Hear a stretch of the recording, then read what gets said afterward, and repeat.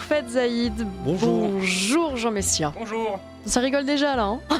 Ah, il faut rigoler le matin, ça réveille. Bon, est-ce que vous allez nous faire rire avec votre édito?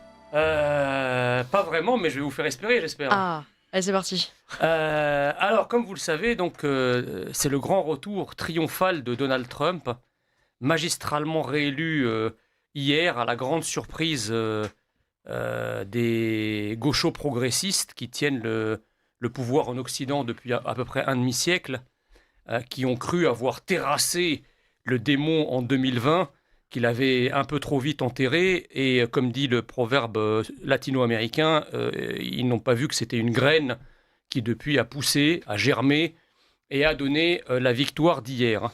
Quelles leçons tirer de ce scrutin américain?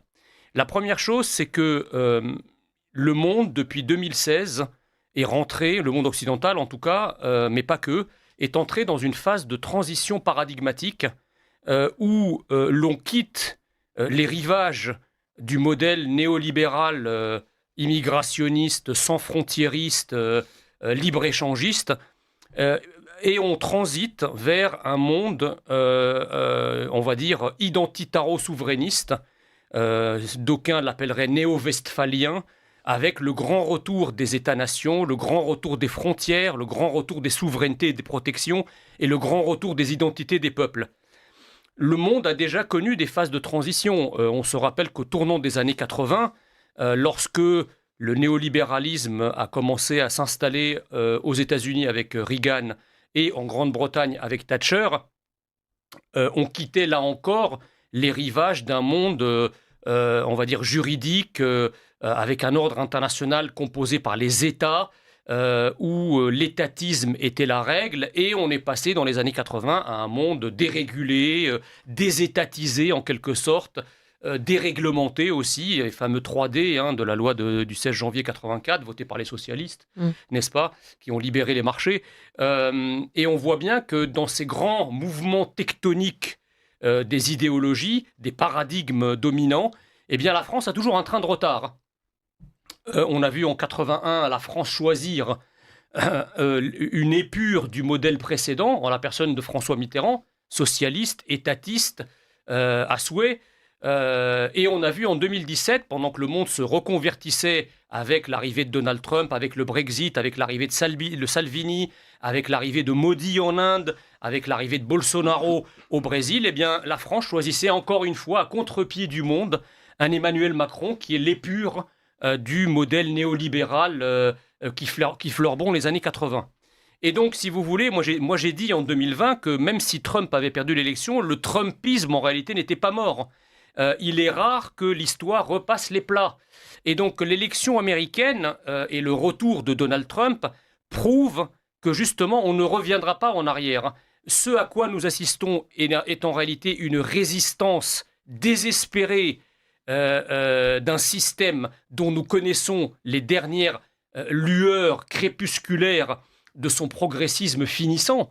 Et en réalité, une nouvelle aube se réveille, celle du retour des États, incarnée par Trump, celle du retour des souverainetés, encore une fois, de la frontière, de la protection. Et donc, tout ça est de bon augure. Alors évidemment, Trump n'est pas le président français, il n'est pas le président européen, il n'a aucun intérêt particulier à l'Europe, mais le modèle qu'il incarne, évidemment, va demain progressivement, et on le voit d'ailleurs en Europe, puisque les peuples, avec leur vote, amènent ce que les gauchos progressistes appellent l'extrême droite, c'est-à-dire un refus de la submersion migratoire, un refus de l'islamisation, un refus de la désindustrialisation, de la paupérisation, et amènent au pouvoir des majorités de plus en plus fortes qui représentent peu ou prou le modèle incarné par Trump. Donc demain, le nouveau paradigme qui est en gestation actuellement et dont on peut déjà voir les contours, c'est un monde qui va se redessiner autour de la souveraineté, autour de l'identité nationale. Et même si l'Europe a été très loin dans le paradigme précédent, eh bien le retour à ce modèle identitaro-souverainiste n'en sera, je pense, que plus violent, d'autant plus violent que le système gaucho-progressiste en place va utiliser toutes les armes, tel un animal blessé, va utiliser toutes les armes à disposition pour se perpétuer, y compris la censure, les malversations, les tricheries.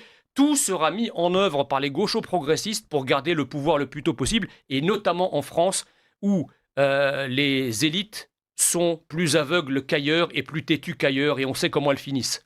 Eh bien, merci pour ce lancement de fusée, Jean Messia. En fait, le discours de Faiz Saïd est un discours dans la droite ligne du gaucho-progressisme antinational qui dirige la France depuis, encore une fois, une quarantaine d'années. Pourquoi ? Parce qu'en fait, c'est quoi ? Qu'est-ce qu'on reproche à Trump, finalement ?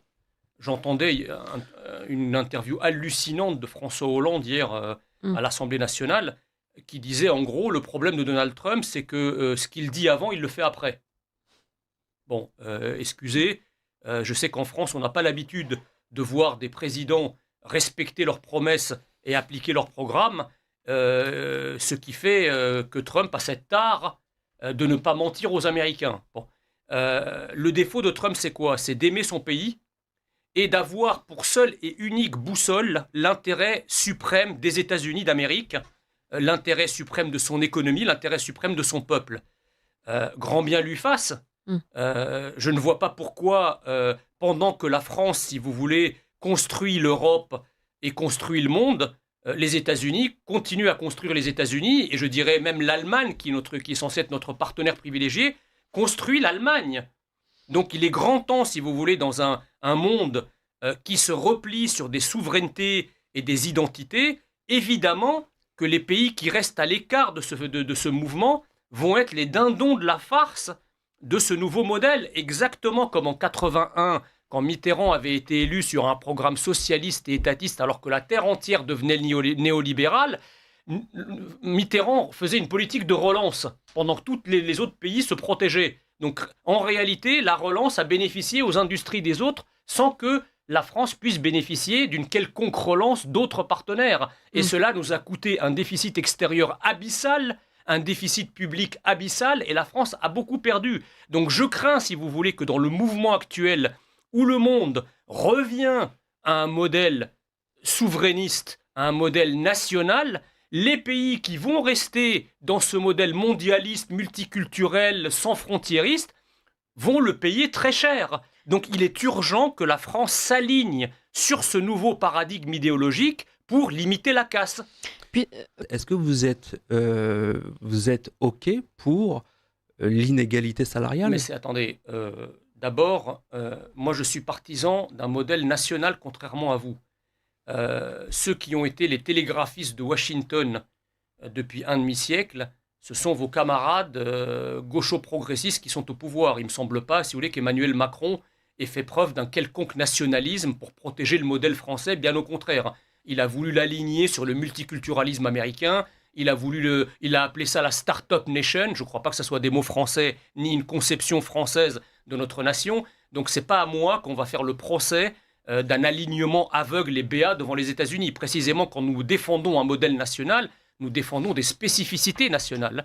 Donc la France a son modèle, c'est un modèle à la base assimilationniste, c'est un modèle jacobin, c'est un modèle où l'État joue un rôle dans la direction de l'économie. C'est un État-providence extrêmement généreux qui, à la base, était un État-providence national que les progressistes ont transformé en État-providence international, voire mondial, ce qui explique les grandes difficultés auxquelles cet État-providence est soumis aujourd'hui. Bref, moi, je ne suis pas partisan d'un quelconque suivisme, précisément parce que je suis dans un modèle national. Alors que les mondialistes, les sans-frontiéristes, eux, effectivement, sont en admiration béate dans des modèles extérieurs. Alors, vos amis ont tantôt imité le modèle américain pendant les années 80 et 90. Ensuite, ils nous ont parlé du modèle rhénan en disant non, finalement, ce n'est pas les États-Unis, c'est l'Allemagne le modèle. Donc, ils ont voulu imiter l'Allemagne. Et ils sont sans arrêt en train de rechercher ailleurs au lieu de regarder et de cultiver ce qu'ils sont eux-mêmes. Ce que moi, je propose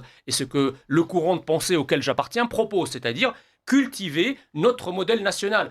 Évidemment que le modèle national incarné par Trump, il est américain. avec toutes les spécificités. Merci de le préciser. Avec toutes les spécificités. Attendez, un modèle national ne peut pas être mondial. Je sais pas. Mais un modèle mondialiste peut être mondial. Jusqu'à maintenant, à vous écouter, on a l'impression que Trump, c'est le Messie et qu'il faut le suivre. Non, pas du tout. Je dis simplement que ce que veut Trump pour son pays, en France, on doit faire la même chose, c'est-à-dire vouloir la même chose pour notre pays, à savoir cultiver l'identité et la souveraineté nationale. Ceux que je soutienne, ils travaillent. Écoutez, il n'y a qu'un malheur, c'est que ceux que vous soutenez ont déjà fait leurs preuves, si je puis dire, parce que ce n'est pas des novices, ils sont au pouvoir depuis maintenant au moins 2017, et je peux même dire avant également, avec François Hollande, et peut-être même avec Nicolas Sarkozy, parce que tout ça c'est blanc bonnet et bonnet blanc. Toujours est-il que l'idéologie, ou en tout cas les idées qui sont les vôtres, gouvernent la France depuis un certain nombre d'années, pour ne pas dire depuis un certain nombre de décennies, et le moins qu'on puisse dire, c'est que la France ne s'est pas améliorée avec l'application de ces idées. On nous a seriné que l'immigration est une chance pour la France et une richesse pour la France. On voit aujourd'hui les problématiques que ça augure. On nous a expliqué que la France devait devenir un pays de bureaux de conception et de recherche-développement, et toutes les industries doivent aller dans l'atelier du monde qu'est la Chine et plus généralement l'Asie. On voit ce que ça donne en termes de chômage de masse, de désindustrialisation et de dépendance vis-à-vis de l'étranger, notamment dans des secteurs stratégiques comme le médicament. Donc en fait, ce que je veux expliquer aux auditeurs ce matin, c'est que le capharnaüm identitaire, économique, fiscal, bureaucratique dans lequel nous sommes aujourd'hui ne tombe pas du ciel. C'est le résultat de politiques ardemment et fanatiquement poursuivies depuis plusieurs années. Donc, c'est pas la faute à pas de chance. Ce truc-là ne nous est pas tombé. On s'est pas réveillé un matin avec des dizaines de millions d'immigrés en France, avec une insécurité galopante, avec une sauvagerie tout aussi galopante, avec un chômage de masse, des entreprises qui ferment. Tout ça ne date pas d'aujourd'hui, et c'est pas de la météo, si vous voulez. Tout ça est le résultat d'un processus idéologique et politique qui a été appliqué en France du sommet de l'État jusqu'aux collectivités territoriales depuis une quarantaine d'années. Donc les malheurs français que nous vivons aujourd'hui, eh bien, il a des responsables. C'est pas la faute à pas de chance. Comme Jean Messia a toujours se comparé aux autres. À un moment donné, nous sommes en France, et puis il faut avoir... je crois qu'on est en Europe. La France, elle est où? Il joue. Ouais. Non mais le problème... C'est vous qui avez que le mot Europe, le fait de dire qu'on est en France, ça devient un slogan d'extrême droite. Nous sommes sur quel continent, monsieur Messia? Non mais je vous dis, vous ne parlez toujours que de l'Europe. Ouais. Emmanuel Macron, Édouard Philippe ne parlent toujours que de l'Europe, ils ne parlent jamais de la France. Moi je vous parle de la France. Vous êtes d'extrême droite, alors bienvenue au club. Ah bon? Ouais. D'accord, très bien. Non mais c'est-à-dire en fait, pardon, mais aujourd'hui, dans la situation dans laquelle nous nous trouvons, un programme politique doit marcher sur deux jambes. La jambe identitaire, parce que nous sommes face à un péril de mort nationale. Notre civilisation peut disparaître. L'identité française, la France telle que nous l'avons connue, peut disparaître. Alors certains s'en réjouissent, certains l'appellent de leur vœu. C'est pas mon cas. Moi, j'ai connu la France française à la fin des années 70. C'est un pays que j'ai adoré. C'est un pays dont je suis tombé amoureux. Je ne tiens pas à le changer. Ceux qui veulent changer la France telle qu'elle est sont en réalité les seuls et uniques haineux que nous avons dans notre pays, qui pratiquent la haine d'eux-mêmes, la haine de soi. Bon, ça c'est la première jambe. Donc il faut effectivement agir pour protéger, restaurer l'identité française. Ça commence par l'arrêt de l'immigration, ça commence par un cran d'arrêt au communautarisme, au suprémacisme religieux de tous ordres, et en particulier de l'islam, parce que c'est celui qui pose le plus de problèmes en France. Et ensuite, la deuxième jambe, c'est la jambe de la souveraineté économique, c'est-à-dire effectivement la relocalisation, la baisse des taxes qui grèvent notre capacité, notre compétitivité à l'étranger, revoir le modèle de l'État-providence pour le réserver aux seuls nationaux, en tout cas pour ce qui concerne les contributions, les allocations non contributives, c'est-à-dire la solidarité nationale, pour que ça coûte moins cher. Il y a donc ces deux jambes-là, une jambe identitaire, migratoire, sécuritaire qui concerne l'être, et l'autre jambe, c'est-à-dire la souveraineté, l'économie, la taxation qui concerne l'avoir. Voilà les deux grand pilier d'un programme digne de ce nom. J'espère que vous avez une béquille, monsieur Messia, parce que vous avez pas dit que j'étais unijambiste. Vous avez l'une des jambes qui bégaye un petit peu. Non. Moi, je vous le dis. Non. Parce que vous parlez ça, c'est un procès que vous pouvez faire au Rassemblement national, mais pas à Reconquête. Donc vous pouvez... Attendez, si je vous suis, monsieur Messia, on peut avoir une immigration de masse sur plusieurs années sans que ça ait un impact sur la population et le peuple des origines. Oui. Alors je vais vous expliquer, monsieur Messia. Donc en fait, ce grand et Bondy ressemble aujourd'hui à ce qu'elle ressemblait il y a 40 ans. Moi, je vais vous expliquer ce que j'en pense, moi, sur l'immigration. Je vais le répéter encore une fois. Il nous faut une immigration.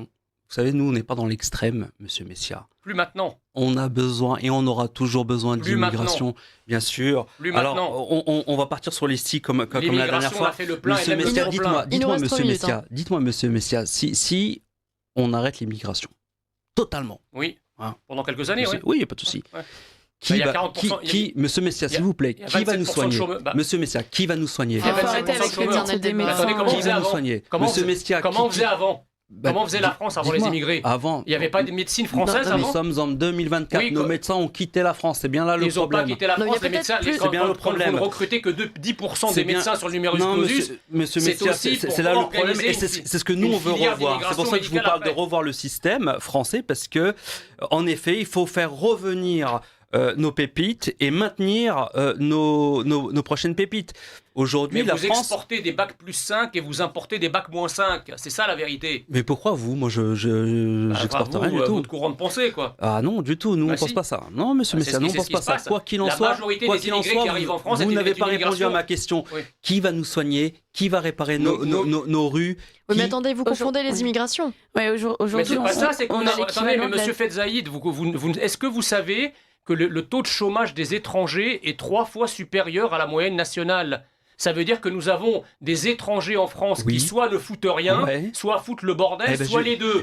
Donc ça veut dire que nous n'avons pas besoin d'alimenter des chômeurs. Je vais vous expliquer la différence entre vous et moi. C'est que vous, l'immigration, effectivement, il y a un taux de chômage énorme et donc vous expulsez tout le monde. Non, moi, ce que je dis... j'expulse... Non, pas du tout. C'est pas dire ce que j'ai pas dit. J'ai dit que j'expulse ceux qui soit ne foutent rien, soit foutent le bordel, soit les deux. On n'est pas obligé de garder tout le monde. Eh bien, nous sommes entièrement... Moi, je ne suis pas d'accord avec ça. D'abord, le fait de choisir qui vient et qui part de chez nous, ça n'a rien d'extrémiste. C'est ce que font à peu près la quasi-totalité des pays de la planète. À commencer d'ailleurs par le pays d'origine des immigrés dont nous parlons. Je ne crois pas que l'Algérie ou le Maroc ou la Tunisie acceptent d'avoir une immigration qui vient vivre sur la bête et qui sont financés par les Algériens, les Marocains ou les Tunisiens. À juste titre. À juste titre. Donc je ne vois pas pourquoi, si vous voulez, ce qui paraît normal ailleurs serait soudainement raciste et d'extrême droite en France. Bon, nous demandons juste la normalité pour notre peuple comme la normalité pour les autres peuples. Ça, c'est la première chose. On le demande tous, monsieur Messia. La deuxième chose, c'est que les immigrations qui arrivent en France aujourd'hui, et depuis un certain nombre d'années, sont majoritairement des immigrations maghrébines et subsahariennes. Or, le problème des immigrations maghrébines et subsahariennes, c'est qu'elles ont des taux d'activité plus faibles que la moyenne et que les autres immigrations. Vous parliez des immigrations européennes, mais on peut parler de l'immigration asiatique, qui est pareil, qui est une immigration qui n'est pas européenne, mais dont les taux d'activité sont même supérieurs à la moyenne nationale. Et en plus, si vous voulez, donc non seulement leur contribution au marché du travail est faible, mais ils sont aussi surreprésentés dans, comment dirais-je, les droits de tirage sur l'État-providence. Ils sont surreprésentés dans les logements sociaux. Ils sont surreprésentés dans le RSA. Ils sont surreprésentés dans tous les dispositifs de solidarité nationale. Donc d'un côté, ils ne contribuent pas parce que soit ils sont inactifs, soit ils sont au chômage, soit ils travaillent, mais quand ils travaillent majoritairement à des niveaux proches du SMIC, c'est-à-dire exemptés de cotisations sociales, puisqu'on sait que l'État-providence est financé par les cotisations, en partie par les cotisations sociales. Donc si vous ne payez pas de cotisations sociales, vous n'êtes pas contributeur au modèle d'État-providence dont pourtant vous bénéficiez. Donc nous avons là une catégorie de l'immigration qui majoritairement soit ne travaille pas, soit est inactive, soit travaille à des niveaux non contributifs pour des dispositifs dans lesquels ils sont majoritairement surreprésentés. Donc ça ne peut pas être déjà une richesse sur le plan comptable pour les raisons que je viens d'indiquer, sur le plan financier. Et il y a aussi des paramètres dont personne ne parle. Est-ce que vous savez, par exemple, que le taux d'emploi des femmes maghrébines ou des femmes turques ou des femmes africaines est ridiculement bas par rapport au taux d'emploi des femmes françaises et européennes? Ça aussi, c'est un critère. Pourquoi ? Parce que quand vous avez un seul membre du foyer qui travaille, qui plus est au SMIC, vous êtes aussi très dépendant des aides, des allocations logement, des allocations familiales, du RSA le cas échéant. Donc on voit, si vous voulez, qu'en France, il y a toute une catégorie de la population qui ne contribue pas au financement d'un modèle particulièrement généreux qui est le modèle français, mais dont ils sont les premiers bénéficiaires au détriment de la moyenne des Français et d'autres immigrations qui, elles, travaillent et le financent. Donc c'est ça, fondamentalement, qui explique pourquoi les Français refusent l'immigration. Et je ne parle même pas des problématiques d'insécurité et de séparatisme communautariste, etc. Ça, c'est une autre paire de manches. Oui. Le problème, si vous voulez, c'est que ne pas rentrer dans l'extrême. La France a un guichet social extrêmement généreux. Ouais, c'est aussi ça qui explique. On le voit. C'est l'appel d'air. C'est ça. C'est cela la principale raison de l'appel d'air migratoire qu'exerce la France. Non, Monsieur Messia, l'appel d'air migratoire, c'est avant tout les guerres, c'est avant tout la misère. Oui, non, mais ça a toujours existé. Pourquoi ils viennent en France et pas ailleurs? Je ne savais pas que c'était la guerre en Algérie. C'est la première nationalité qui arrive sur le territoire en termes de. Il n'y a pas la guerre en Algérie, il n'y a pas la guerre en Tunisie, il n'y a pas la guerre au Maroc. Non, mais il y a des accords, je pense, entre la France et l'Algérie. Je ne vais pas revenir sur l'histoire. Mais c'est bien ça le problème. Bon, cela pour vous dire quoi? Aujourd'hui, on nous serine, à juste titre, qu'on a entre 500 000 et 700 000 postes vacants qui ne trouvent pas preneur. Et ces postes, c'est principalement dans la restauration, l'hôtellerie, le bâtiment, etc. Donc, qui travaille en restauration, donc justement. Or, parallèlement à cela, nous avons un taux de chômage des étrangers, comme je le rappelais tout à l'heure, qui est 2,5 fois supérieur à la moyenne nationale. Donc, qu'est-ce que cela signifie? Si on dit qu'on a 500 000 offres d'emploi vacantes, on nous dit c'est parce que les étrangers font le travail que les Français ne veulent pas faire. Mais quand on a 2,5 fois plus de chômeurs étrangers que de chômeurs nationaux, il faut bien en conclure qu'il y a aussi des étrangers qui refusent de faire le travail que des Français ou des étrangers ne veulent pas faire. Vous comprenez? Donc, contrairement à l'Angleterre, et je termine et je vous laisse la parole, contrairement à l'Angleterre, quand les gens vont en Angleterre, comme le système social anglais est beaucoup moins généreux que la France, ils ont un taux de chômage excessivement bas parce que les étrangers qui arrivent sont obligés d'exercer des travaux dans la restauration, l'hôtellerie, etc. En France, quand vous arrivez, comme vous avez, vous l'avez très, très justement rappelé, comme vous avez un certain nombre d'aides, eh bien, vous vous dites, si je travaille, je ne gagnerai pas plus en touchant, et puis surtout, quand je touche des aides, je peux me lever tous les matins à 11h et sans me casser la tête à aller travailler avec toutes les dépenses que cela implique, c'est-à-dire le pass Navigo, les frais de transport, etc., etc. Donc, il est là le problème. Donc, vous avez des étrangers qui n'arrivent pas pour travailler, en tout cas pas tous, et vous avez des étrangers qui sont au chômage et de chômage de longue durée. Donc, en fait, de deux choses l'une, soit on garde l'État-providence et on le réserve aux nationaux pour, à tout le moins, obliger les étrangers à bosser, soit alors on arrête l'État-providence et on passe à un système à l'anglo-saxonne pour obliger tout le monde à bosser. Mais on ne peut pas garder les deux. On ne peut pas garder une immigration de masse et un État-providence parce que ça, on court à la faillite. Ratio. Mais je vais vous donner un exemple très très simple de ce que vous dites. Vous êtes peut-être un peu jeune pour avoir connu Paris dans les années 80. Moi, dans le Paris des années 80 où j'étais adolescent, quand on voyait les éboueurs et les camions et le service de ramassage des ordures ménagères de la ville de Paris, il y avait 80% d'immigrés à l'époque, africains, maghrébins, etc.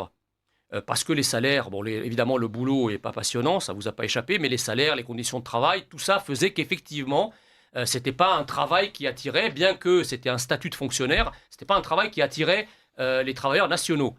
Eh bien, quand Jacques Chirac, à partir des années 90, et Tibéri, et ensuite, Delanoë, ont revalorisé les conditions de travail des éboueurs de la ville de Paris, en augmentant le nombre de jours de congé, en augmentant les RTT, en augmentant les primes, en améliorant, si vous voulez, un certain nombre de conditions à la fois salariales, mais pas que, eh bien, ça a changé la population des éboueurs de Paris. Aujourd'hui, quand vous regardez la population des éboueurs de Paris, elle est majoritairement nationale. Et on trouve encore, bien sûr, des étrangers, mais elle est majoritairement nationale. Qu'est-ce que ça veut dire ? Ça veut dire qu'en fait, c'est pas qu'il y a des travaux que les Français ne veulent pas faire. Il manque une phrase à cette considération. Il y a des travaux que les Français ne veulent pas faire à ces salaires-là. C'est ça qu'il faut rajouter. Donc ça veut dire que si on augmente les salaires et si on rend ces métiers plus attrayants, eh bien les Français y vont comme les autres. Mais évidemment, si on importe une main-d'œuvre immigrée qui est prête à travailler au lance-pierre, qui est prête à travailler pour un niveau inférieur au SMIC parce que c'est des clandestins, qui est corvéable et malléable à merci en travaillant 80 heures par semaine, eh bien évidemment, l'entrepreneur, le restaurateur préférera payer cette main-d'œuvre-là que de payer effectivement un travailleur légal aux conditions légales.